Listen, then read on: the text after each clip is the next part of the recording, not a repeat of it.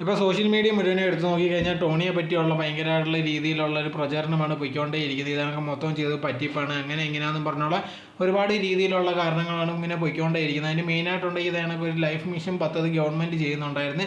അതിന് വീഡിയോ വെച്ച് കൊടുത്തത് ഇദ്ദേഹം ചെയ്യുന്നുള്ള രീതിയിൽ വരുത്തി തീർത്തതിലാണ് ഇത്രയും വലിയൊരു പ്രശ്നം വന്നിരിക്കുന്നത്. അതേ സമയത്ത് ഇദ്ദേഹം ഉണ്ടെങ്കിൽ ഒരുപാട് പേർക്ക് സഹായിച്ചിട്ടുണ്ട്, പൈസ കൊടുത്തിട്ടുണ്ട്, ഇല്ലെന്നൊന്നും ഒരിക്കലും പറയാൻ പറ്റത്തില്ല.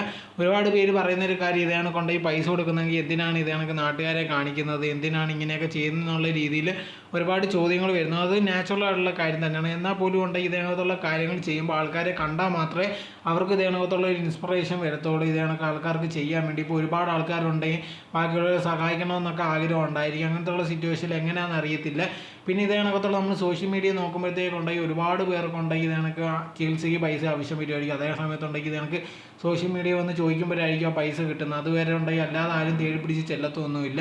അതേപോലെ തന്നെ ആയിരിക്കും ഇതുണ്ട്. ആൾക്കാർ നമ്മൾ ഹെൽപ്പ് ചെയ്യുന്ന കണ്ടാൽ മാത്രമേ ഉണ്ടെങ്കിൽ ബാക്കിയുള്ളവർ ഹെൽപ്പ് ചെയ്യൂ, അതല്ലാതെ വേറെ ഒന്നുമില്ല.